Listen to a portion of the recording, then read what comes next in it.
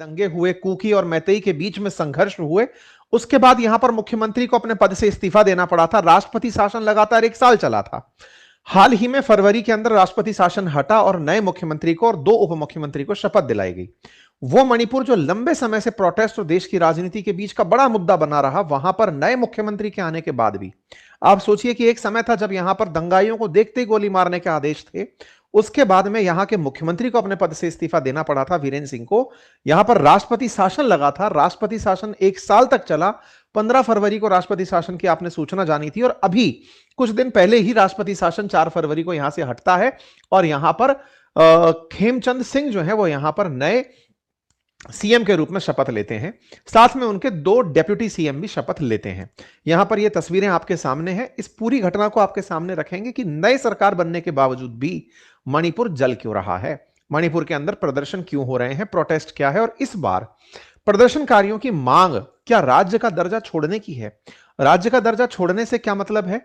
क्यों कहा जा रहा है कि डेप्यूटी सीएम को मारने की इनाम दी जाएगी? डेप्यूटी सीएम के खिलाफ कुकी लोगों में इतना विद्रोह क्यों है, जबकि डेप्यूटी सीएम खुद कुकी है?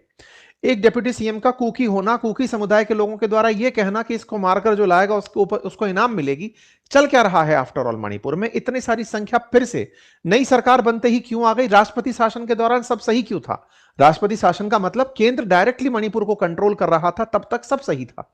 1 साल से लगभग शांति की स्थिति सुनने को मिल रही थी, लेकिन जैसे ही वहां की लोकल जनता को उनका सीएम और उनके डिप्टी सीएम दिए गए, तत्काल प्रभाव से फिर जनता सड़कों पर आ गई। विषय तो समझने का है कि भाई ऐसा हो क्या रहा है।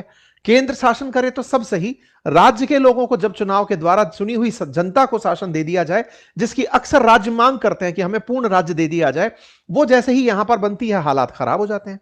लोग मणिपुर में शुक्रवार को चूराचांदपुर, कांगपोक, तांगालोपांग तमाम जिलों के अंदर रैली निकालते हुए, और सुरक्षा बल जब बात मानने के लिए मनकार कर रहे हैं तो पत्थरबाजी शुरू कर दे रहे हैं।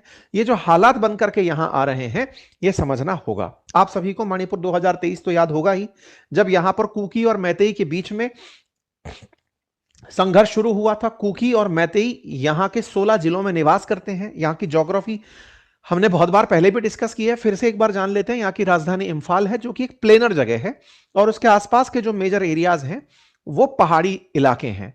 मेजर एरियाज में पहाड़ हैं और कम कम एक जगह जो है वो प्लेनर एरिया है। लेकिन प्लेनर एरिया, जहां की समतल एरिया जो है, वहां पर बड़ी मात्रा में जनसंख्या रहती है, और वो जो लोग रहते हैं उनमें पॉसिबली सबसे ज्यादा लोग मैतेई रहते हैं। मैतेई जो लोग यहां पर मेजॉरिटी में प्लेनर एरिया में रहते हैं, उनके पास जगह कम है। वहीं दूसरी तरफ जो कुकी लोग हैं, जो पहाड़ों में रहते हैं, जो लगभग मणिपुर के 90% से अधिक क्षेत्रफल में निवास करते हैं,